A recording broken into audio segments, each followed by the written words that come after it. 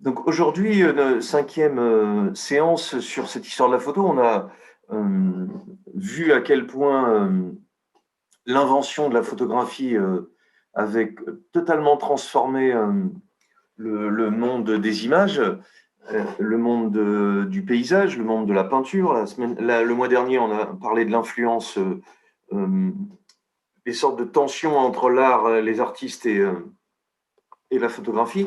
Aujourd'hui, moi, je fais toujours des petits dossiers visibles.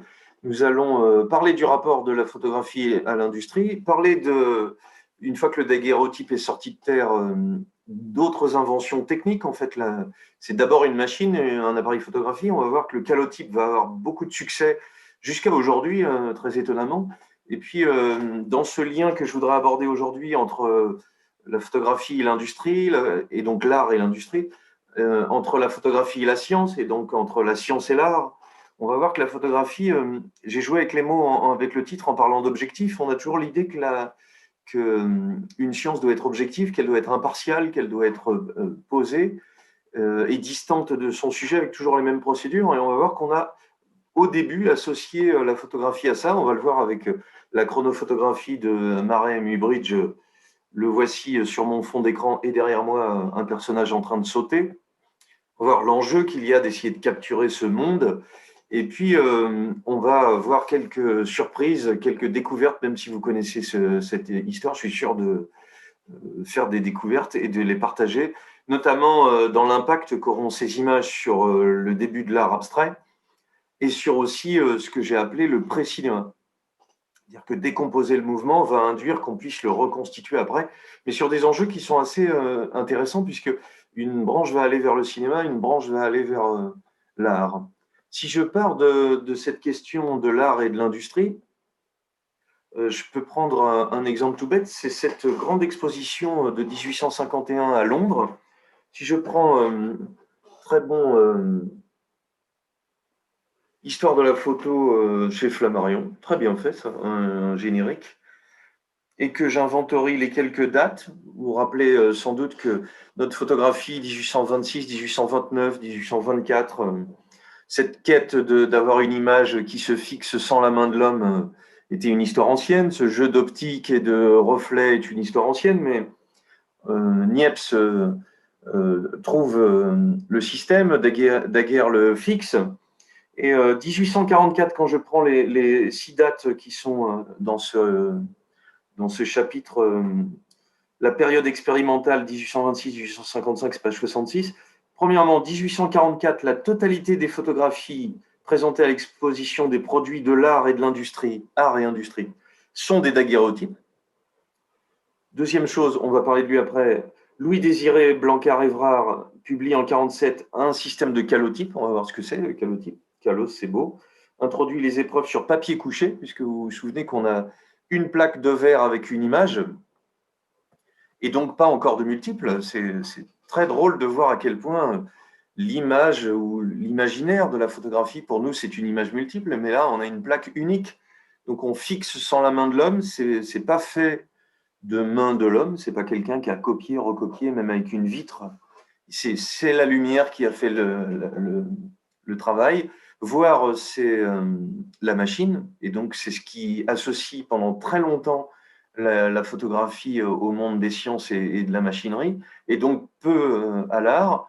On a dit le mois dernier que les photographes allaient commencer à s'en servir comme modèle, comme système d'inventaire, et c'est assez intéressant de voir à quel point ce qui était des inventaires techniques, comme le travail d'Adjet et comme celui de Marville, que je vais montrer tout de suite, deviennent avec le temps, avec le recul, il y a une histoire de voir, en fait. Il y a une histoire des façons de regarder.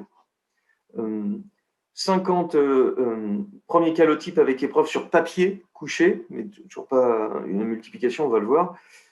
La statue Bavaria, on va le voir juste après 1850. 51, Matthew Brady reçoit une médaille des jurés de l'exposition universelle pour ses daguerréotypes. Donc on a dit 29, 51, on est 20 ans d'écart.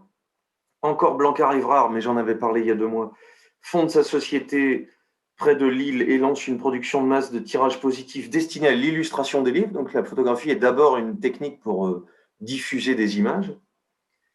Et enfin, 1852, la première exposition exclusivement consacrée aux images photographiques est organisée à la Society of Arts de Londres. On n'y voit aucun daguerreotype. C'est-à-dire, il y a encore, dans les débuts, pas mal de procédés différents qui font que l'ensemble va se diffuser très fort. La suite, vous la connaissez, j'en ai déjà parlé. Cette exposition que voici, c'est 1854. Le Crystal Palace, non, celle-ci, c'est 52, pardon. 51. 54, c'est parce que ce bâtiment-là va être brûlé et qu'on va le reproduire. Les expositions internationales du milieu du 19e siècle offrirent au public les premières opportunités de voir des images photographiques. La grande exposition des œuvres, la voici, et de l'industrie de tous les pays qui se tient à Londres dans Hyde Park du 1er mai au 15 octobre 1851, la première à cette occasion, placée sous la direction du prince Albert. Vous voyez, on a une image inversée et puis un tirage après. Enfin, c'est pas un tirage au sens d'aujourd'hui, comme si on allait au studio Déclic en venant avec notre clé et notre photo et puis on imprime.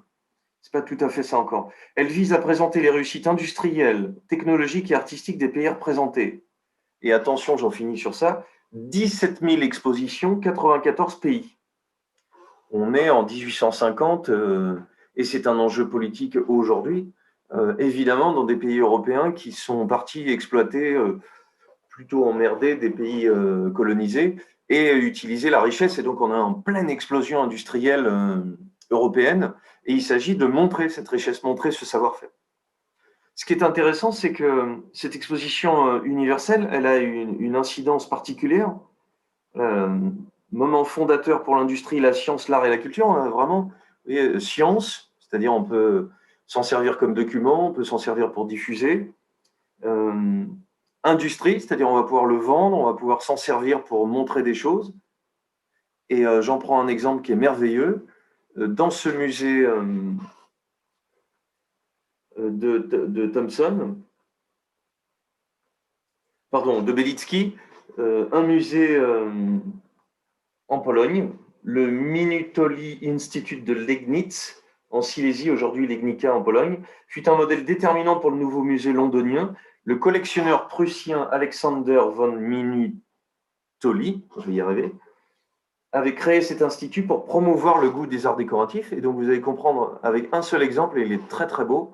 Je ne sais pas si ceux qui travaillent au studio Déclic connaissent ça, mais ils vont vraiment apprécier. C'est que l'idée, c'est de valoriser l'art décoratif, les vases.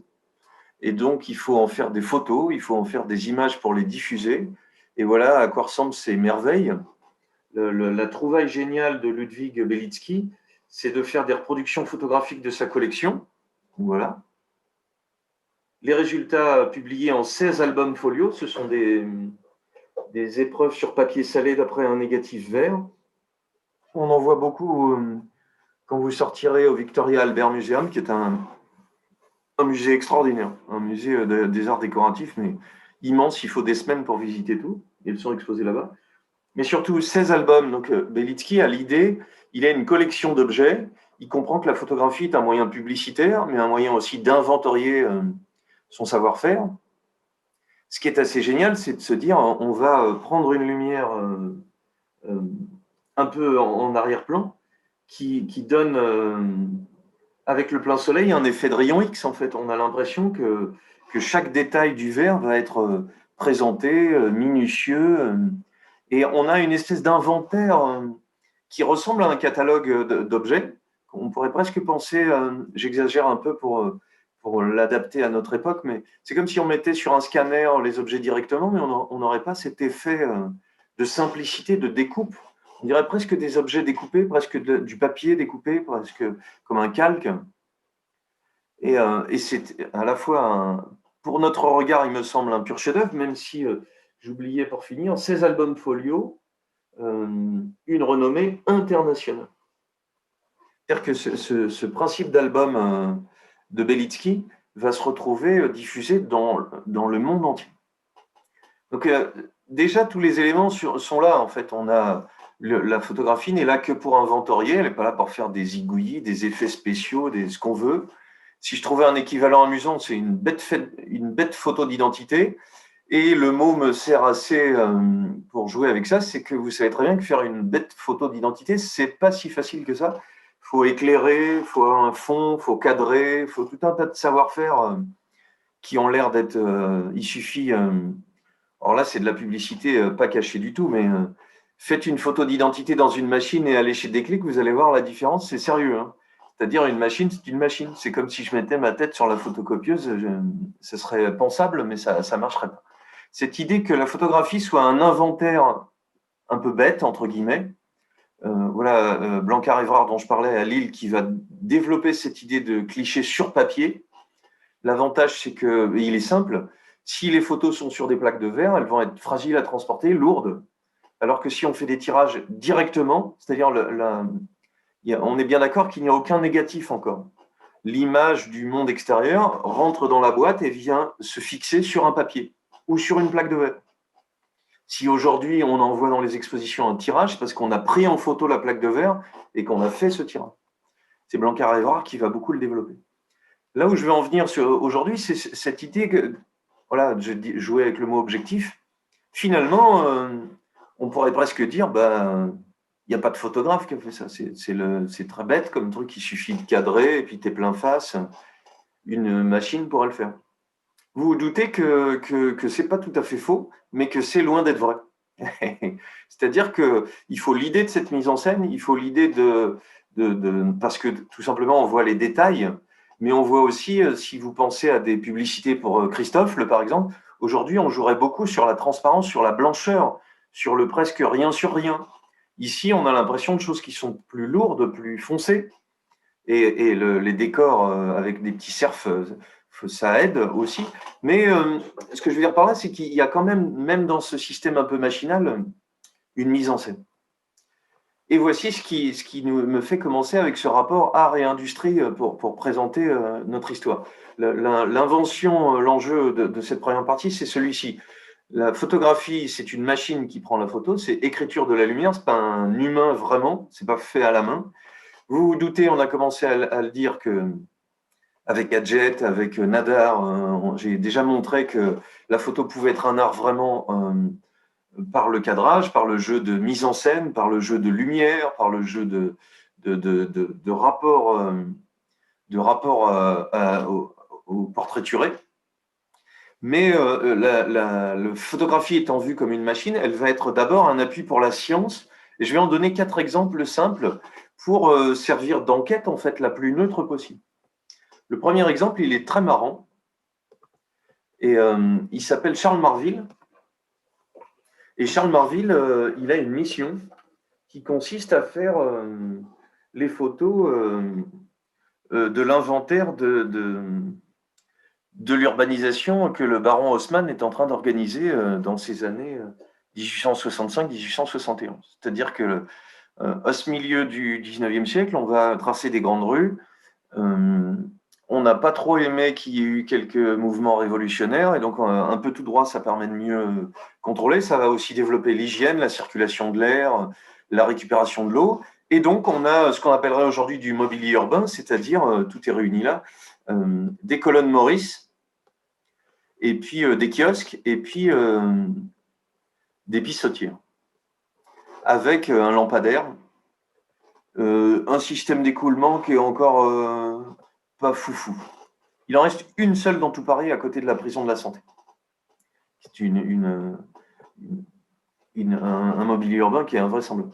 Ce qui est intéressant, c'est que Marville, il va prendre en photo toutes ces choses en faisant un inventaire systématique. Là, j'ai intégré, voilà, il fait aussi des vues. On est dans le 20e arrondissement, en 77, ça paraît complètement fou. Hein. Voilà, des vues qui sont un inventaire systématique. Donc, dans un inventaire systématique, on ne demande pas d'être créatif et de faire ton foufou. On ne demande pas de faire des effets de zoom, de contre-plongée. Et on va le retrouver chez Adjet le mois prochain. Et dans cette invention de la photographie américaine le mois prochain, dans la street photographie, dans le fait de prendre la rue en photo, puisque vont ensemble ce développement urbain, cette industrie, cette richesse qui fait qu'on va organiser mieux les villes et que les villes vont exploser en taille et en quantité de personnes, mais aussi les équiper pour qu'elles soient électrifiées, pour qu'il y ait gaz, pour qu'il y ait tous les flux, quels qu'ils soient souterrains ou sur la Terre avec les humains, qui soient systématiquement inventoriés. Ce développement de la ville, j'en parlerai le mois prochain parce qu'il va donner une très forte marque, c'est simultané avec l'invention de la photographie. Il va être un sujet passionnant pour les photographes. Je reprends le merveilleux livre de Denis Roche. Oui. Voilà. Le boîtier de la mélancolie, des commentaires de cet historien de la photographie, et pas seulement, qui sont merveilleux. Et à propos de Marville et de cet inventaire, oui, on a de la publicité dessus, on a des Walter Closet à 15 centimes, chaussures pour enfants, luxe et dames.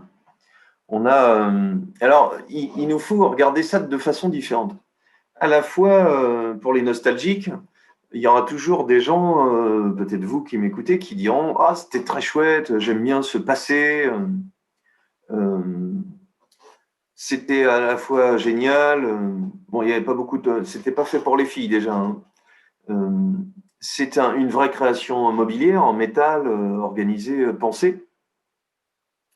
Et tout cet imaginaire d'un Paris ancien, il vient aussi de la publicité, de la façon de faire les objets, en fait.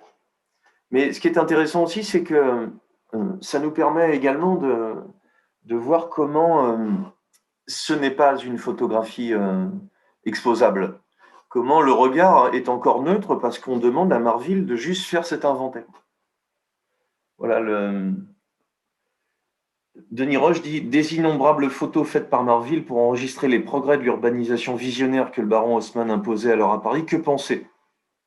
C'est comme si ça n'était pas le même siècle et demi qui était passé, mais un autre, plus court, plus sec, et qui ne permettrait pas le même sentiment ni la même nostalgie. Et pourtant, cet urinoir public, dont l'architecte Daviou, véritable inventeur de ce qu'on appellera plus tard le mobilier urbain, et je fais toujours un petit bisou aux Étampois, Daviou, c'est l'architecte du petit théâtre, et surtout du théâtre de la ville et du Châtelet, dont l'architecte Daviou, qui est véritable inventeur de cet urinoir, qu'on appellera plus tard le mobilier urbain, dessinera toutes sortes de variantes dans un luxe invraisemblable de tôles savamment découpées et peintes. Voilà, c'est là où l'art du détail, l'art de la différenciation, c'est déjà notre regard qui peut voir une espèce d'esthétique en fait dans ça. Dans un luxe invraisemblable, depuis longtemps disparu comme des milliers d'autres dans Paris. Et Roche ajoute, Marville a été peintre et graveur, il aura notamment participé à la grande aventure de l'édition romantique, évincé par d'autres plus célèbres. Il sera désormais employé comme photographe par les services de la ville et tout particulièrement affecté 20 ans durant à l'enregistrement systématique des créations de Daviou. D'ailleurs, M. Marville, on ne demande pas de faire un truc, tu dois inventorier systématiquement. Cette idée d'inventaire, ça va bien avec la photographie, avec ce qu'on suppose de sa neutralité. Et c'est là où je veux en venir. On a l'idée que si on prend des photos des objets et qu'il y a le moins de points de vue, de prise de vue, il n'y aurait pas de point de vue, justement. Pas de point de vue au sens personnel. Il n'y aurait pas d'auteur, il n'y aurait pas d'intention. Et c'est ce que je voudrais développer aujourd'hui dans le morceau qui nous reste. Ce qu'ajoute Denis Roche, parce qu'il dit restons devant cette photo dont je ne sais rien dire sinon l'immobilité, le classicisme, la symétrie, la très volontaire humilité. Il ne faut pas qu'on ait l'impression qu'il y ait un cadrage plus particulier. Alors que quand on regarde évidemment l'angle pour montrer le volume, le fait que ça soit le petit matin, le fait qu'il y ait des personnages sur l'arrière-plan, le fait qu'il y ait quelqu'un qui a l'air d'attendre ou qui vient d'en sortir, voilà, alors qu'il est très contrasté, très foncé, et que derrière c'est un peu plus brumeux. Tous ces éléments-là font qu'il y a toujours un point de vue, il y a toujours un auteur derrière ces images. Mais longtemps, et je vais vous le prouver entre guillemets, longtemps, en associant la photographie à un enregistrement le plus neutre possible, on va développer cette idée d'objectivité, au sens du jeu de mots avec l'objectif. Comme une machine ferait un photomaton, comme une photocopie ferait une image. Et la fin de ce que Roche dit à propos de cette incroyable photo de 1871, c'est écrit en haut à gauche de l'image. Restons devant cette photo. Tout au plus me risquerais-je à dire qu'elle est du ressort du chef-d'œuvre, elle passe pour en être un, mais comment transformer ce qui n'est que probable en simple évidence, et qui plus est pour le regard d'un autre que moi-même? Risquons un début de réponse, mais par la bande, avec un extrait de la lettre que Baltard, l'architecte des Halles centrales, écrivait en 1862 à l'un de ses confrères architectes. Voilà, Baltard, on est dans une période organisation des flux industriels pour consommer davantage. Et il dit une chose qui est merveilleuse et que Denis Roche trouve dans cette image. C'est vraiment, à propos de la photo, un excellent mentor que cette ingénieuse pratique qui nous fait saisir les défauts et comprendre les mérites que certaines œuvres devant lesquelles nous étions passés indifférents, et de nos œuvres mêmes en nous les présentant sous un nouvel aspect. Nous les prenons alors pour des œuvres dont nous ne serions pas les auteurs, et nous nous y montrons plus sévères. Voilà, finalement, ce que Marville montrerait, c'est qu'il y a cette espèce de neutralité, entre guillemets, de la photographie. Elle permet de voir, dit Baltard, que lui, architecte, ne voit pas son bâtiment comme il devrait le voir, puisqu'il y a investi trop de temps, trop de choses. Nous, on a un problème, c'est qu'on y investit de la nostalgie ou du temps passé ou de la curiosité de comment c'était, puisque c'est aussi une des bases de la photographie. Mais finalement, il y a une piste dans ce que Denis Roche relève de Baltard, c'est que la neutralité de la photographie, qui est un leurre, mais qui va perdurer sur ce début de l'invention et perdurer pendant très longtemps jusqu'à aujourd'hui. Moi, je donne des cours de dessin et assez souvent, des gens viennent me dire « je veux faire un dessin juste comme une photographie ». C'est une idée, en fait, c'est une idée qui s'est inventée avec le temps. On peut en montrer des dizaines de preuves. Et il suffit d'ailleurs d'aller dans un photomaton et ça peut vous consoler, mais on n'a pas la tête en vrai qu'on a quand on regarde un photomaton, ça c'est sûr. Cette idée-là de neutralité, elle se fabrique dans cette époque-là. Mais ce que dit Denis Roche à propos de la remarque de Baltard, c'est que finalement, cette espèce de neutralité de la photo, elle pourrait servir à celui qui fabrique pour voir autrement, pour avoir un effet de recul. Un peu comme, je ne sais pas si vous le savez, mais les sculpteurs, quand ils veulent voir les défauts de leur travail, ils regardent leur sculpture dans un miroir. Et les peintres font ça aussi, on voit un peu les défauts. Ce qui peut vous consoler également, ça vous fera un bon samedi, c'est qu'on voit les défauts dans le miroir, donc il faut vous dire que quand on se regarde le matin, on voit sans doute plus les défauts que ce qui est très bien. Donc ce rapport à l'industrie, je prenais Marville, j'ai pris Belitsky, c'est parce qu'au sein de ce déploiement dans l'Expo universelle de 52 d'expositions, 94 pays, 17 000 expositions, 6 millions de visiteurs, 770 calotypes, c'est-à-dire beaucoup d'images. Ça commence dans ces années 50, c'est le truc à la mode et on va essayer d'en voir un peu partout. Et donc l'idée de se servir de l'édition, de la diffusion, va être une idée supplémentaire pour faire connaître l'invention, pour essayer de gagner de la thune. Et on va voir que dans nos inventeurs, il y en a qui ne sont pas les meilleurs sur ce sujet-là. Ce n'est pas toujours celui qui trouve qui est le plus doué. L'enchaînement vient tout de suite. J'ai précisé, vous vous en souvenez, et déjà dit que Blanquart-Évrard, en inventant ce principe de développement, allait diffuser encore plus ces images. Et j'avais dit le mois dernier, 1854, Disdéry invente la carte de visite photo. C'est un carton absolu, c'est invraisemblable. Vous connaissez l'anecdote, je la redis, mais Napoléon III, partant en bataille, et il n'est pas très fort sur ce sujet, s'arrête pour se faire photographier. Exposition universelle de Paris, 1855. 1856, phototirage, photolithographie pour diffusion en grosse quantité. Voilà ce qu'on verra, Le Gray, Scott Archer, et puis un grand nombre d'images à partir d'un négatif par Louis-Désiré Blanquart-Évrard. Cette idée d'avoir un système pour multiplier les images. Ces développements techniques furent au centre des présentations du médium à l'exposition universelle suivante à Paris, sous l'égide de Napoléon III, du 15 mai au 15 novembre 1855. Voici l'ensemble tracé. Nous avons une industrie qui comprend l'intérêt de ces recherches, qui comprend l'intérêt technique, scientifique, mais aussi économique. Alors, il faut qu'on fasse un détour par un petit peu de technique, même si je n'en suis pas du tout un spécialiste. Travail pour, et donc je vais partager. C'est la vertu de faire de la découverte partagée avec tout le monde, c'est que bon, j'ai un peu l'impression de parler tout seul, alors que peut-être le mois prochain ou dans 2 mois, on sera en vrai dans la galerie du studio Déclic. Et donc, il peut y avoir plutôt un aller-retour. Mais la vertu de faire connaître simplement, c'est qu'on n'est pas toujours obligé d'être spécialiste de tout. Daguerre et daguerréotype, pour rappel, plaque de verre, diffusion. J'ai rappelé, et c'est trop mignon, comment Balzac lui-même, ici pris en photo, était plutôt sceptique sur cette invention, mais était, comme Baudelaire que voilà, le premier, entre guillemets, le premier, à se faire prendre en photo. Balzac avait en plus toute une théorie des fantômes, c'est-à-dire on a des enveloppes personnelles qui disparaîtraient quand on se fait prendre en photo. Si vous avez un souvenir de Désert de Leclésio, c'est un peu la même idée. Baudelaire va être en plus, il a une méfiance vis-à-vis du progrès. Et je voulais montrer cette image parce qu'elle est incroyable.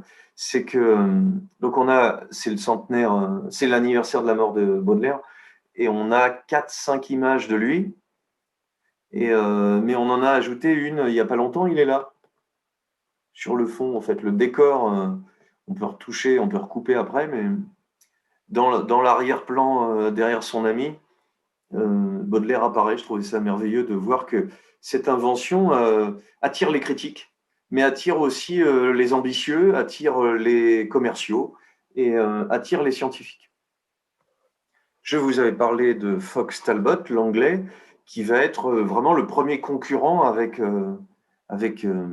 Daguerre. J'ai oublié de dire, ou je l'ai dit, mais Niepce avait trouvé le premier prototype, on peut dire, mais c'est Daguerre qui est venu l'aider à le terminer. Niepce est mort juste après. Merveilleux musée Niepce à Châlons, sur la route de Lyon. Allez-y. Voilà, un petit rappel, je m'appuie sur Wikipédia, comme ça tout le monde peut le retrouver. Qu'est-ce qu'est un calotype? Puisque c'est ce que va développer Talbot. Pour préparer le support photosensible qui sert au négatif, on enduit une feuille de papier à lettres glacée d'une solution de nitrate d'argent. Ne retenez pas les éléments scientifiques chimiques, c'est pas important. Une fois, enfin, on met quelque chose sur du papier. Une fois que c'est sec, on le plonge dans une solution. Il se forme une iodure d'argent. La feuille peut être lavée, séchée, à l'abri de la lumière. Donc, il faut fabriquer tout ça dans un système très complexe, on va dire, un peu comme si pour les plus vieux d'entre nous, les feuilles qui servent pour les polaroïdes. Voilà, on va avoir quelque chose qui ne peut pas être mis au contact de la lumière. Pour faire une épreuve, il faut finir de préparer le support photosensible. La feuille de papier, elle est enduite d'un autre mélange que Fox Talbot appelait galonitrate d'argent. La feuille est utilisée sèche ou encore humide. C'est déjà pas mal, ça veut dire qu'on peut la balader un petit peu. La durée de l'exposition varie de quelques secondes à quelques minutes suivant l'éclairage, la couleur du sujet photographié. Après l'exposition, l'image est développée dans du galonitrate d'argent fixé, parce que vous savez peut-être, mais l'image, elle ne se voit pas, il faut la révéler, mais il faut arrêter qu'elle se révèle, sinon ça va devenir tout blanc ou tout noir. Et puis, on arrête cette fixation aussi en la lavant, en la séchant. Vivement que M. Trabulsi du studio Déclic nous fasse des petits stages de photos argentiques. Le négatif papier est ainsi obtenu et de couleur grisâtre ou brun foncé. Les fibres du papier peuvent donner une apparence granuleuse. Pour être simple, la photo n'est qu'un morceau de papier dans le calotype. Elle est beaucoup plus granuleuse et elle est de moins bonne qualité qu'un daguerréotype qui est sur une vitre, sur un morceau de verre. Alors, on en prend des exemples et vous allez vous régaler. Voilà la méthode de cette petite image du calotype en négatif de Bridge en 48, qu'on est dans les mêmes années que ce qu'on vient de voir. Voilà un calotype de Talbot. Et on a une espèce de grain qui vient de la structure du papier, en fait, du grain du papier qui a un volume. On peut tirer un positif, c'est là où cette invention a un grand succès, c'est-à-dire qu'on prend notre photo et pour faire court, on va mettre un truc dessus, on va mettre une autre feuille, et sur l'autre feuille, il y a l'inverse. C'est très, très résumé. Sel de cuisine pour mouiller l'image positive, puis après un court séchage enduit d'une solution de nitrate, voilà, vous pouvez le retrouver sur le Wikipédia, l'hyposulfite de soude. Ce produit est encore utilisé aujourd'hui comme fixateur en photographie argentique. Alors, on peut, deux avantages au calotype, on fait l'image sur papier, donc j'ai fabriqué des feuilles de papier dans ma chambre noire, je les mets dans mon sac, je fais des photos, c'est quand même moins lourd pour faire des photos qu'une plaque de verre. Et puis après, je peux faire des multiples. Donc voici le Istanbul de Maxime Ducamp. Et puis, c'est pour ça que je voulais vous le montrer, c'est trop marrant, c'est que là aussi, on associe photo avec prise de vue de quelque chose de réel, mais non, on peut faire des copies de dessins. C'est-à-dire, ils ont pris en photo un petit dessin de Hagar dans le désert, et puis en faisant une photo, on peut faire un multiple, c'est-à-dire on fait une sorte de photocopie, mais en passant par un appareil photo. Et donc, deuxième vertu industrielle, je viens de montrer, ça fait 3 même, l'inventaire des lieux d'urbanisation. Voilà, vas-y Marville, fais-nous des photos de tous les endroits. On n'aura jamais l'idée, il nous faudra des années, des siècles même, pour penser que c'est artistique, sans un brin de nostalgie. Deuxième inventaire, celui des vases de Belitsky. Je préfère vérifier l'orthographe de son nom. Troisième avantage, la multiplication pour l'édition, en fait, d'images. Et donc de la diffusion possible pour les musées, par exemple. La carte postale sera inventée dans le Nord également. Alors, ce qui est très mignon, c'était un petit clin d'œil à mes amis bretons, c'est que Talbot va faire des séries d'images. Et alors, elles ne sont pas toutes aussi blanches que celle-ci, mais c'est un album qu'il fait avec toute une série d'images en 1845, on est vraiment très tôt, qui s'appelle Photos de soleil en Écosse. Et je trouvais merveilleux d'imaginer qu'il puisse faire beau en Écosse. Et donc, je trouvais une bonne façon de faire voyager tout le monde. Toutes ces photos sont de 42 de Talbot. Vous voyez qu'il y a des photos, quelquefois, qui sont en contraste beaucoup plus important, des photos qui sont avec des degrés de gris très belles. On aurait du mal, je dirais, à faire une différence entre un daguerréotype et un calotype. Peut-être maintenant qu'on nous le dit, qu'il y a une espèce de grain qui fait penser à du dessin, qui fait penser à un fusain avec à la fois le grain du support et puis les nuances de gris que peut faire un fusain. Alors celle-ci est très belle parce que c'est une jeune femme. Mais ce que je trouvais intéressant à montrer, c'est que même ce qui est raté en fait pour notre œil contemporain, il devient intéressant. Même la pliure dessus, même l'espèce d'inversion qui en fait comme un pochoir qu'on verrait dans du street art, donne quelque chose de touchant. Et en montrant ça, je voulais vous donner envie de regarder des Talbot, mais aussi rappeler qu'on a toujours un regard contemporain sur des choses anciennes, et donc sur la nature, sur le temps qui passe, sur la façon dont il s'habillait, tous ces éléments que Barthes va appeler le studium, c'est-à-dire tous les éléments d'étude, toutes les infos qu'il y a dans une photo, jouent évidemment dans notre regard contemporain. Et parce qu'on pourrait exagérer à peine en disant que ça, avec votre téléphone et un filtre, ça va se faire tout seul en fait. On peut talbotiser des images. Et ce filtre va transformer le monde qui nous regarde. Et on va avoir du mal à regarder d'une façon indemne en fait ces images. Et voilà pourquoi j'espère que les petites conférences une fois par mois vous aident à en découvrir, c'est mon idée, partager, et puis devenir expert en regardant des différences entre chaque, et puis surtout se faire plaisir. J'aimais bien celle-ci de Talbot aussi parce que le cadrage est très curieux en fait. Pourquoi il se décale comme ça? Pourquoi il ne se met pas au milieu de la rue? Pourquoi il ne regarde pas les maisons vraiment? La façon d'inventorier le monde, on l'avait vu dans la photographie patrimoniale qui s'est faite avec cette mission héliographique le mois dernier. Vous pouvez retrouver les vidéos sur la chaîne du Studio des Clics ou des préfigurations. Là, on a tout le bâtiment, on voit bien l'angle, et j'oubliais de dire que le fond est simplifié en fait. Le fond, il y a quelque chose qui est posé sur le fond pour que ça ressorte davantage. Ici, on ne voit pas bien ce qu'il veut nous montrer en fait. Et c'est là où notre regard un peu d'enquêteur va se développer. Alors Talbot va faire aussi des éléments posés directement sur le support, des images de bâtiments, des images. Vous voyez, on voit qu'ils essayent de composer quelque chose, mais ils sont un peu loin. Des personnages en train de jouer aux échecs, des bateaux, alors des événements, c'est-à-dire quand un bateau accoste et que quelque chose se passe, on se dit bien que la photographie est là pour enregistrer que ça a eu lieu. On voit à quel point aujourd'hui c'est un appareil photo de n'importe qui diffusé sur les réseaux qui va nous aider à faire ça. mais comment la photographie peut être l'enregistreur officiel d'un événement. Avant, c'était une gravure avec un reportage sur place. Cette idée d'objectivité va se développer énormément. Et voilà le livre voilà, 24 calotypes de chacun collé à la main avec des applications possibles. Talbot va claquer de l'argent, et alors la couverture est elle-même une photo, ça paraît complètement fou, pour montrer toutes les capacités de la photographie. Il se dit, on va montrer que ces planches voilà, sont obtenues par la seule action de la lumière, sans aucune aide du crayon de l'artiste, et ne sont pas, comme certains l'ont imaginé, des gravures qui en seraient l'imitation. Il précise dans l'introduction, les planches sont exécutées avec le plus grand soin uniquement par des processus optiques et chimiques. C'est tellement beau qu'il ne faut pas qu'on croie que c'est fait à la main, que ça a été retouché, que c'est une gravure. Voilà, c'est extérieur. Et ce que fait Talbot qui est génial dans ce Pencil of Nature, voilà, c'est le crayon de la nature, ce n'est pas un humain qui l'a fait, c'est la nature avec la lumière qui écrit la photographie.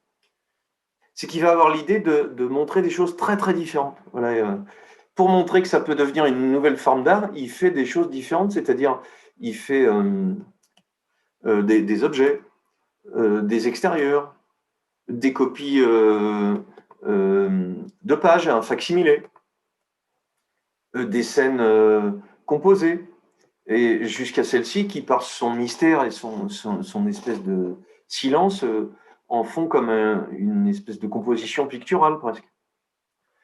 Alors j'en viens à un autre exemple qui nous fait sortir de Talbot, mais qui va avec cet inventaire que peut faire la photographie. Le Schrer il est autrichien? Bonne question, il faudra vérifier. Pas sûr.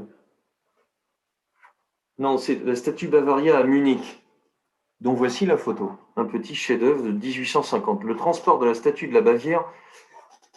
Pardon, c'est écrit en haut à gauche. Theresienwiese. Pardon pour mon accent qui n'existe pas. Épreuve sur papier salé, gain calotype, d'après négatif papier, 25 sur 23 cm, qui est au musée de Cologne, qui est un très beau musée aussi. Pourquoi ça nous intéresse ça? Pour plein de raisons différentes. Oui, il est né à Munich en 1815, pardon. Étudier la chimie, la pharmacologie, et puis après, il apprend le daguerreotype en 1840 et les calotypes que voici en 1844. C'est lui qui a introduit cette technique à Munich. Il ouvre son premier atelier dans une maison de peintre. Il enseigne la photographie et ce support de ce système devient très très populaire. Portrait de citoyen reconnu. Qu'est-ce qui est intéressant, soyons simples? Premièrement, avec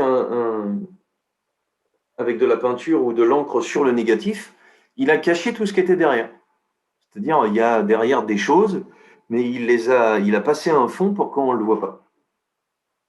Deuxièmement, il y a le directeur de la présentation. C'est une vraie sculpture géante qui va être installée et qui, me semble-t-il, y est toujours à Munich. C'est la première tentative de documentation graphique sur une sorte de photo-reportage. Et il met les éléments de son côté, masquer l'extérieur, donc ce n'est pas objectif du tout, c'est tout à fait construit. Faire poser tous les gens, tous les corps de métier qui sont autour, et même le directeur de la fonderie et ses ouvriers. Et j'oubliais sur la gauche les chevaux qui permettent de déplacer l'ensemble. L'inauguration, c'est le 7 août, inauguration le 9 octobre. Voilà. Il s'agit de montrer tous les éléments. Les chevaux sont importants parce que ça montre les moyens techniques qu'on a mis là, mais ils sont en train de bouger alors que les autres sont arrêtés.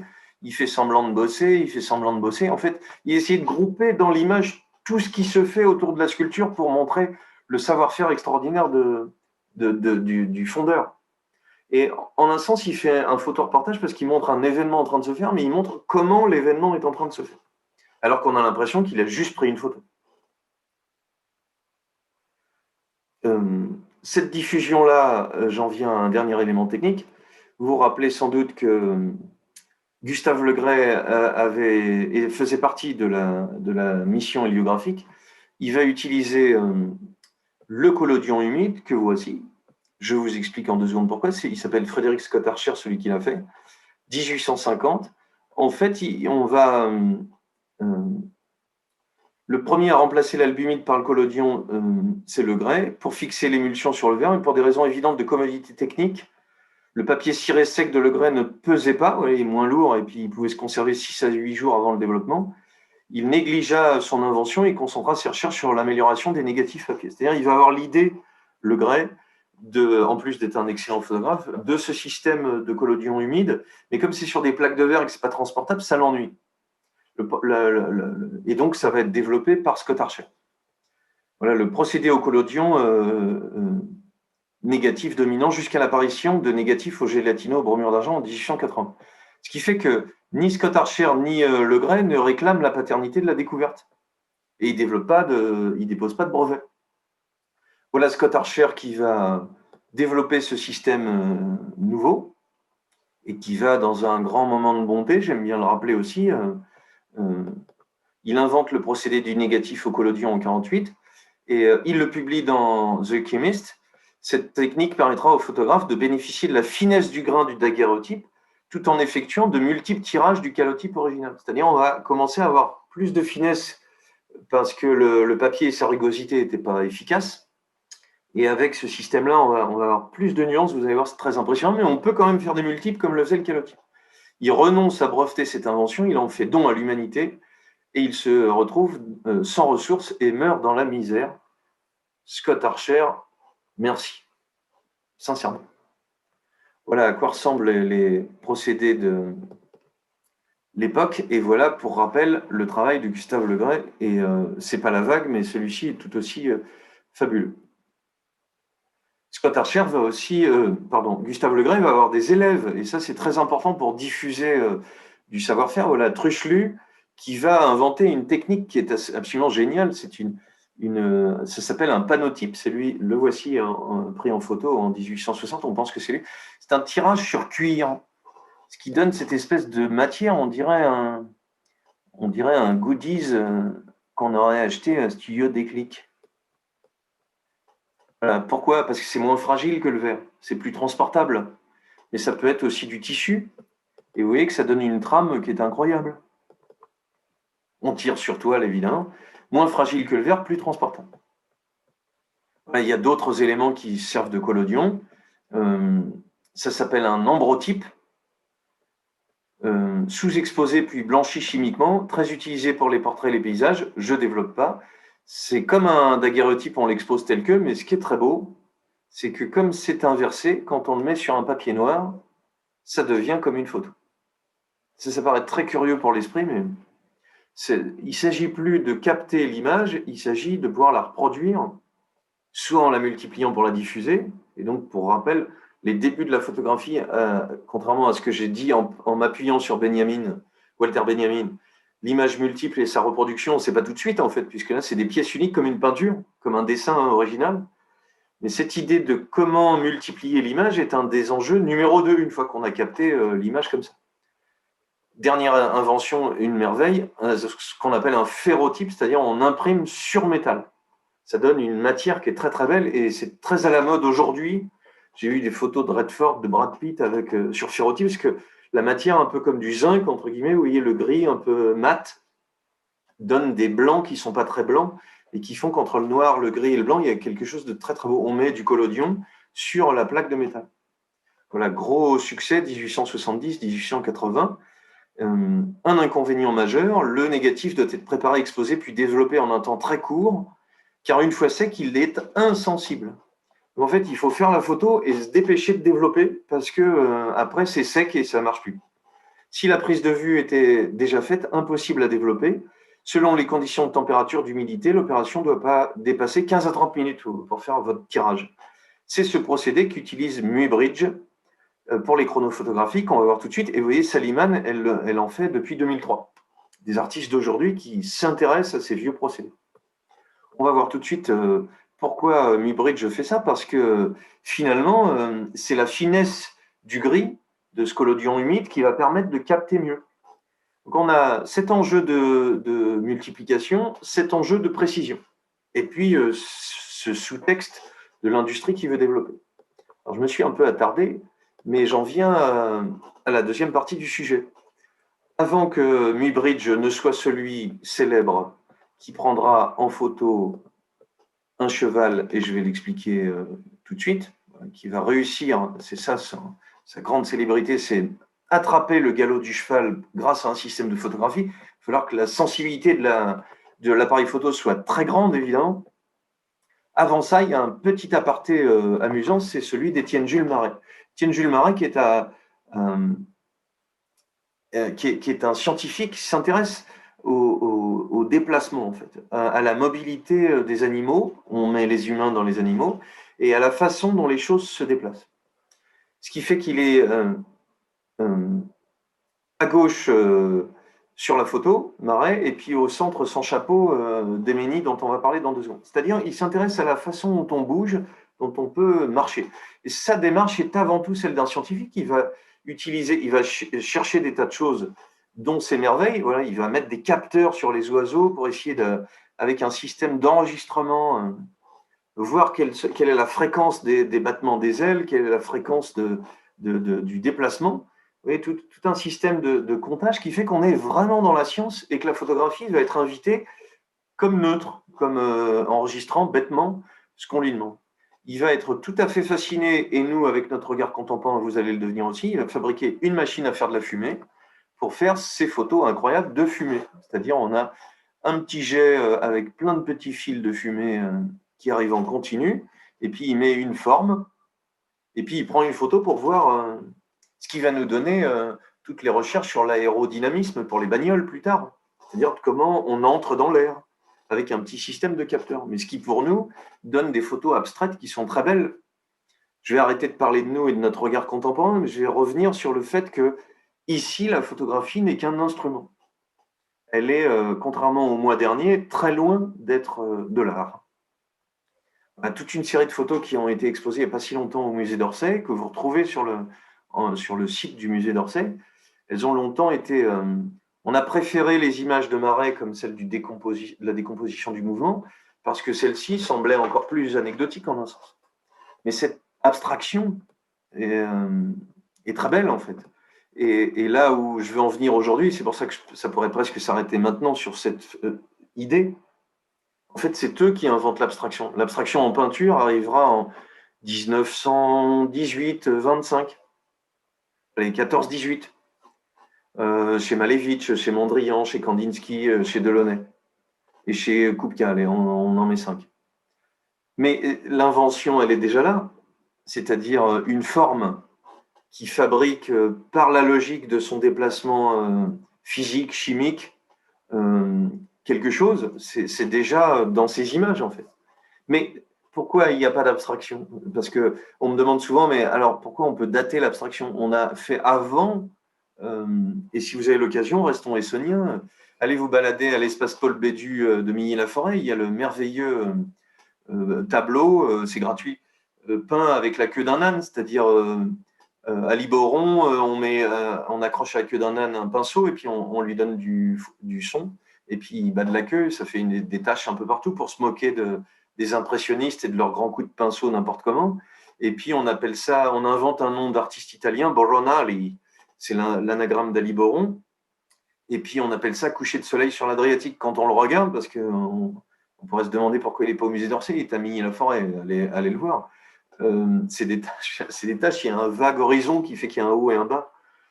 Mais pourquoi c'est pas abstrait? Parce qu'il y a un titre, en fait, c'est très simple. L'abstraction n'arrivera que le jour où Kandinsky dira ça s'appelle sans titre, c'est-à-dire ça vaut pour ce que vous voyez, rien de plus. La photographie n'est pas à même de produire ça, puisqu'on lui demande de faire juste ce qu'elle voit. Et c'est notre regard qui va changer sur elle. Alors Marais est un chercheur sur les ondes, sur les déplacements animaliers, donc pas tout de suite un photographe, pas vraiment. Et le premier qui va se pencher sur cette question, c'est pour ça que souvent on dit la recherche du mouvement, c'est Marais et Muybridge, mais c'est assez différent finalement ce qu'ils font l'un et l'autre. Muybridge qui a une carrière incroyable aussi. Il se retrouve au cœur d'un pari que je ne peux pas développer trop. C'est un riche américain, mais vraiment très très riche, qui dit, il parie quand même 25 000 $ sur l'histoire, il dit quand un cheval galope, il y a un moment donné, aucun de ses pieds ne touche par terre. Et il y a toujours un pied qui touche. Non, aucun de ses pieds touche par terre. Mais en même temps, voilà, c'est l'élan de Stanford dont Messonnier a fait un portrait. Il a été important en France également, même s'il est américain. Voilà, la représentation du derby d'Epsom de Jéricho, en peinture, on appelle ça les tondeuses à gazon, c'est pas possible. Mais l'œil nu ne permet pas de le voir. Ce qui fait qu'une machine qui irait plus vite pourrait peut-être le voir. Donc, Stanford donne un petit paquet de pognon à Muybridge et lui dit « Trouve la solution, s'il te plaît ». Il a vraiment beaucoup de moyens. 18 juin 78, presse convoquée, 24 appareils, des chambres photos, une piste blanchie à la chaux, procédé photosensible, le collodion humide, vous commencez à vous y connaître, merci. Temps de pause rapide, mais qui doit être préparé quelques minutes avant chaque utilisation. Donc, chaque appareil, il y a un petit labo avec un petit mec dedans qui fait le truc juste avant, parce que c'est 15 minutes, il faut se grouiller. Pour enduire de collodion la plaque de verre chargée dans la chambre photo, c'est la pression. Des fils tendus sur le parcours qui fait que quand le cheval va galoper, il va couper le fil et déclencher l'image, tout un système à organiser. Le cheval s'appelle Occident, il heurte violemment par son poitrail et il déclenche à distance. Il y a des essais qui sont nécessaires parce que des fois on casse les appareils photo, c'est la merde. Muybridge obtient les clichés qui confirment la théorie de Marey, qui est en la précisant, il y a bien à un moment donné des décollages des 4 fers, des 4 pieds lors de la phase de regroupement. Ici, j'ai mis une petite photo de Muybridge, la vraie que voici et la vraie que voici. Il y a bien à un moment donné, mais contrairement à Jéricho, ce n'est pas les 4 pattes en avant et les 4 pattes en arrière, c'est au moment du recours. Alors, une chose que je dois dire qui est importante, parce que je vais aller un peu vite maintenant que vous avez compris le principe, c'est que finalement, les planches, elles sont un enchaînement d'images, en fait. Elles sont un enchaînement qui nous approche du pré-cinéma, entre guillemets. Il faut un fond uni, il faut que le sol soit uni, il faut qu'il y ait des marques derrière, et il faut que dans la façon de présenter les planches, il faut qu'il y ait un petit vide régulier noir qui nous montre l'ensemble. Ce qui fait qu'on trouve souvent sur Internet quelque chose qui me semble absolument entre guillemets, une connerie. C'est ça. C'est-à-dire, ils ont repris les photos et puis ils les ont mis bout à bout et puis ils en ont fait un gif animé. C'est 2 fois une connerie parce que, déjà parce que la vitesse de passage, quand le cinéma va arriver, il n'est pas certain que ce soit la bonne, en fait, puisqu'on le monte avec une certaine vitesse. Mais surtout, il me semble que tout l'intérêt, c'est justement cette espèce d'abstraction scientifique de répartition de chacun des morceaux. 12 photographies successives pour montrer la vitesse du cheval au galop. Avec, vous voyez, un rendu un peu plus précis, des ombres chinoises, le personnage a une chemise blanche, hop, elle devient plus foncée. Et vraiment l'idée d'une preuve scientifique.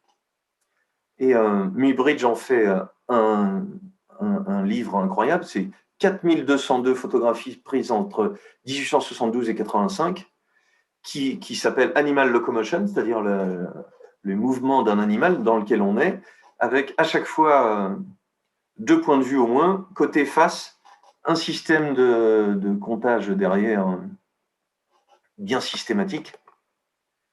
Les personnages sont plutôt nus, ils ressortent davantage et on va pouvoir étudier leur musculature. Et l'ensemble, voilà, la pièce on est en 87. Impression soleil levant de Monet 1872. Et donc, cette idée du mouvement à déplacer va arriver plutôt 15 ans après. Voilà, des courses, des marches. Et alors, là où je veux en venir, parce que j'ai dit l'essentiel, en fait, je vais montrer des exemples de développement de cette abstraction et de cette peinture qui s'appuie sur ça. Le nid descendant l'escalier de Duchamp, les premiers futuristes. Il y a un petit élément à ajouter pour la bonne bouche qui fait qu'on est face à un objet scientifique et qui va soit vous amuser et j'espère aussi vous interpeller. Je le dis d'une façon amusante. Ces gens-là ne sont pas nus. Pourquoi? Parce que c'est scientifique en fait. Il n'y a rien de porno, il n'y a rien de coquin. C'est scientifique. C'est-à-dire que comme c'est pour la science, des gamins tout nus, des dames toutes nues, des dames qui descendent des escaliers, c'est juste pour la science. Et donc c'est aussi votre regard d'aujourd'hui qui peut voir quelqu'un tout nu, comment était son corps, comment était sa coiffure, comment. Il s'agit là de montrer quelque chose le plus neutre possible. Et je suis sûr de moi, je vais vous en apporter la preuve. Alors, je vous montre des planches de Muybridge parce que ce qui m'intéresse à montrer, et là, c'est encore pour les spécialistes, mais vous voyez, Muybridge a un rapport, un élément de norme derrière, une grille, un intervalle systématique, et le corps est plutôt clair, éclairé sur le côté. On va voir que Marais ne travaille pas du tout comme ça. Il y a aussi donc des gens habillés. Celui-là, je trouve merveilleux, c'est le mouvement d'aller au lit. Voilà, c'est un mouvement après tout. Voilà, des animaux, des oiseaux, cet intérêt pour le déplacement du bison, le vol, le galop, tout un tas d'éléments qui sont des merveilles, mais qui font que je prends cette couverture parce qu'elle va différencier avec Marais. Là, c'est plutôt Marais, alors que la couverture est de Muybridge. Vous voyez, ils ont superposé les silhouettes de bonhomme. Muybridge, il ne fait pas ça du tout. Il a un truc toujours en fond avec un repère bien scientifique de carré. Si vous voulez avoir l'air scientifique, mettez des carrés derrière, ça fait toujours bien scientifique. Avec quelque chose qui ressort bien. Marais, ça va l'intéresser, cette espèce de mélange de l'un avec l'autre. Voilà, à nouveau, un petit montage qui, à mon avis, fait perdre tout l'intérêt de cette précision. Je finis par vous révéler que Muybridge est accusé d'avoir assassiné l'amant de sa femme, et il pense que c'était le père de son enfant. Il est inculpé, il est relâché, mais ça donnera une pièce de théâtre musical de Philip Glass en 82. Il y avait une petite touche people détective dans cette conférence, j'y tiens aussi. Revenons à Marais. Marais s'intéresse qu'au mouvement des animaux, en fait. Il s'intéresse au flux. Mais il voit que Muybridge a trouvé la réponse à ces questions. Il invente ce fusil à photo qui permet d'avoir à l'intérieur, clac, clac, clac, clac, clac, l'enchaînement de toutes les images, qui va lui permettre, sur un fond noir, de continuer à voir ces faces du coup d'aile d'un canard, avec un cadran chronographique. On comprend à chaque étape, chaque moment. Et l'ensemble va être remonté sur un fond. Vous voyez, le fond est noir, en fait. Il cherche plutôt la mobilité du mouvement. On pourrait, si le sujet vous intéresse, c'est tout ce que dit Deleuze du travail de Bergson sur la différence entre le mouvement et la durée. Ça s'écoute en ligne numérique c'est la leçon de cinéma qu'il fait à la fac de Vincennes. Ce qui est intéressant, oui, c'est que Marais, je vais caricaturer, il est plutôt dans la forme, en fait. Il n'est pas dans un truc bien rangé, il est plutôt dans une espèce de mélange des formes qui en fait une sorte de pélican à 18 ailes, qui fait que c'est le trajet, en fait, qui l'intéresse. Et si je faisais cette distinction, le Muybridge est plutôt dans la coupure de chaque morceau, dans le temps au sens mathématique, et Marais est plutôt dans la durée, c'est-à-dire dans le continuum, dans à la fois chaque pause, mais à la fois l'intervalle qui est entre chaque pause, qui donne à la fin ces images qui sont très différentes, et également cette sculpture qui est au musée d'Orsay, qui est une sorte de combination d'une onde. Il va avoir l'idée, pour qu'on comprenne ce mouvement et cette décomposition de l'animal, de faire des petites machineries. Et il a la preuve, si vous vouliez le savoir, parce qu'on se demande si un chat retombe toujours sur ses pattes. Donc, le petit astuce du jour, c'est que, comme vous savez aussi depuis Murphy que la tartine de confiture tombe toujours du côté de la confiture, je vous signale, grâce à Marais et à ce chat en train de tomber, qu'il suffit d'attacher sa confiture sur le dos d'un chat et donc elle ne tombera jamais par terre. Tout cet intérêt pour le c'est très différent en fait ce que Muybridge et Marais veulent regarder, et pourtant ils ont l'air de faire les mêmes images. C'est le continuum du retournement, c'est la façon dont, pour Marais, la fluidité du mouvement se fait dans plein de situations différentes, et dont ces éléments qui sont des tas d'astuces, des tas de trouvailles, c'est-à-dire de prendre pas seulement les personnages sur un fond noir tout nu, mais aussi de les fixer, de leur fixer un petit costume avec des points blancs qui font que quand ils marchent sur un fond extérieur, on va essayer de voir le rythme, la façon dont les éléments se déplacent. Là, on voit ici, elle est un peu petite ma photo, mais on voit là encore le visage du monsieur qui n'est pas le plus intéressant pour Marais. Marais, c'est vraiment un scientifique en fait. C'est cette représentation du mouvement, cette espèce de défi à la peinture, ça ne l'intéresse pas. Et ce qui est très intéressant, c'est dans le fait de distinguer les deux, c'est que déjà vous allez pouvoir quand même bien frimer facilement, mais aussi qu'on va voir que dans la sculpture, dans la peinture, dans le cinéma, ça ne va pas donner la même chose. Étude de la marche, il s'agit de regarder non seulement la façon dont on marche et de décomposer ce mouvement pour le comprendre, mais pour Marais même de regarder des handicaps, la façon dont certaines personnes qui ont une difformité vont marcher. Là, ce petit film le montre, c'est quelqu'un qui a une jambe déformée par rapport à l'autre. Il va s'intéresser à toutes les façons de la déambulation. Par au-dessus, sur le côté, avec un athlète, et c'est là où je vais en venir pour conclure. Il embauche un type merveilleux qui s'appelle Demeny, qui est un athlète merveilleux, qui fait de la perche, de l'escrime, etc., qui va être le hasard, mais qui va être l'inventeur de l'éducation physique avec des éléments scientifiques, le voici, et qui va être connu pour deux choses qui n'ont rien à voir. Il va être le premier à décomposer le mouvement de la bouche à destination des non-voyants, au moyen de la photographie. Là, il est en train de vous dire « Je vous aime », ce qui est tout à fait mignon.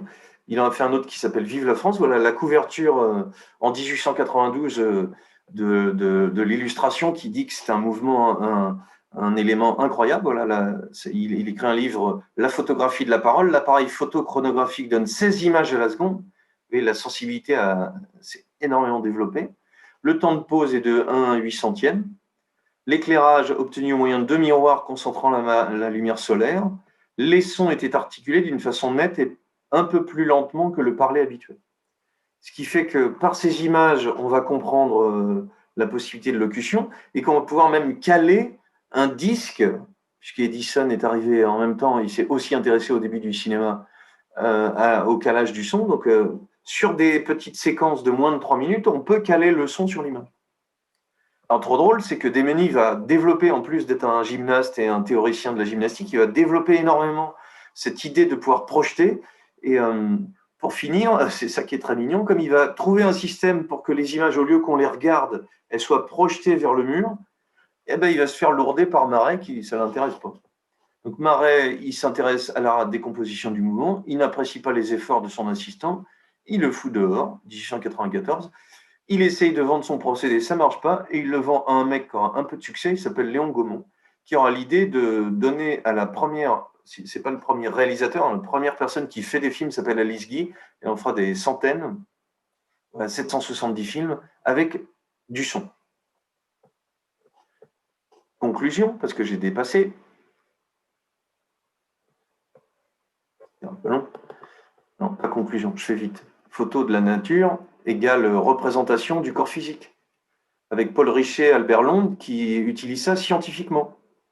Des études de dessin de Paul Richet, des études en sculpture et des études de déformation. Voilà, on a une photographie scientifique, en fait, associée à la salpêtrière et aux recherches de Charcot sur voilà, Richet, dont on voit que la recherche sur le crâne a quelque chose de tout à fait artistique, c'est invraisemblable.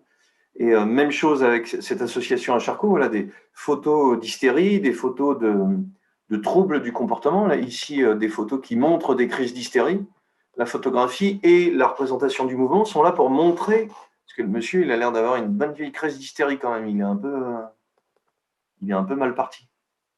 Voilà, ici, les photographies sont le plus neutrement possible en train de montrer des éléments de phase maladive jusqu'à, il y a écrit après décès. Oui, donc la photo, c'est complètement neutre.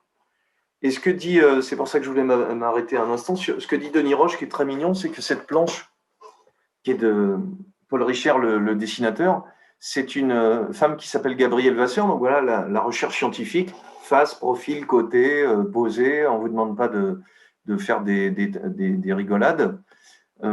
Et on a un regard qui est neutre et Denis Roche dit quelque chose de très chouette, très beau d'ailleurs, il dit il y a une ambiguïté.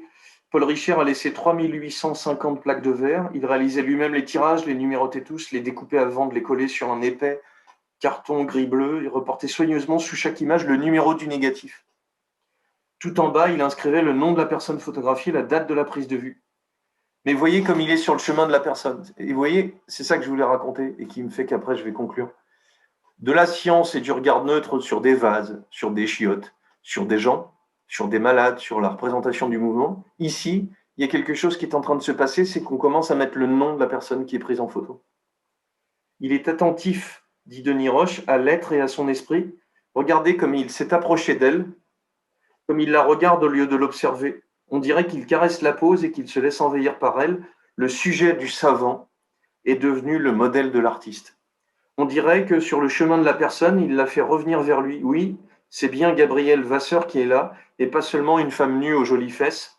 On dirait qu'à son tour, c'est elle qui s'approche de lui. Elle a remis ses dessous, mais en laissant ses bretelles descendues pour exposer ses épaules encore plus nues. Puis sans ordre et comme délivrée de toute suggestion, elle baisse les yeux un moment, et enfin, lentement, très lentement, elle se détourne. Les personnages de tout à l'heure n'étaient pas nus, ils étaient observés par la science, et là, d'un seul coup, l'art est arrivé, en fait, dans la façon de regarder, dans la façon dont le modèle interagit avec l'ensemble. C'est cette interaction-là qui fait que l'image photographique est en train de sortir du domaine de la science seulement. Et j'en ai pour preuve qu'on peut prendre des photos tout nus pour la science, mais quand même avec des fixes chaussettes. Rendez-vous compte de l'impact érotique de ce genre de recherche. Alors j'ai vraiment terminé. La conclusion, elle est facile, c'est que les premières peintures en 1912, on est 20 ans après, dynamisme d'un chien en laisse avec les Italiens futuristes, petite fille courant sur un balcon, dynamisme du violoncelliste, dynamisme, forme continue dans l'espace merveilleux de Boccioni, 1912, on peut le voir sous plusieurs angles, 1913. Cette idée de décomposition du mouvement, ces images de Marais et de Muybridge ont marqué les artistes. Ils vont collecter ça alors qu'ils n'ont rien à voir. En fait, on était du côté de la science, jusqu'au très connu Marcel Duchamp, qui par cette image, par cette peinture, va devenir très, très, très célèbre aux États-Unis, où nous serons le mois prochain à l'Armorichaud. Duchamp va s'intéresser à la composition du mouvement. Et voilà, cette roue de bicyclette qui fait tourner, ça a à voir avec le mouvement. Ces images de Delaunay et l'abstraction viennent de la décomposition du mouvement. Et si je prends des exemples plus récents, ces images de Vasarely, on est en 1970, sont aussi une façon de suggérer le mouvement, puisque c'est en se déplaçant que le spectateur, avec des formes simples, va refabriquer une dynamique. Même chose avec ces pénétrables de Soto, que vous connaissez peut-être, il y en a un dans le Cyclope de Tinguely. C'était en se déplaçant qu'on va faire bouger l'ensemble. Donc, le mouvement va être intégré à beaucoup de l'art moderne à partir de ces photos de décomposition du mouvement. Ici, Jacques Monory sur la toile meurtre, où la décomposition de tous ces éléments ajoute. Et Velikovic, on est dans les années 60-70, le peintre qui fait penser aussi, voici Bacon, qui a beaucoup collectionné les images de Muybridge et de Marais pour les intégrer dans sa peinture dans les années 70-80. Voilà, cette image et cette façon de montrer le mouvement va impacter énormément les arts. Encore un dessin de Velikovic.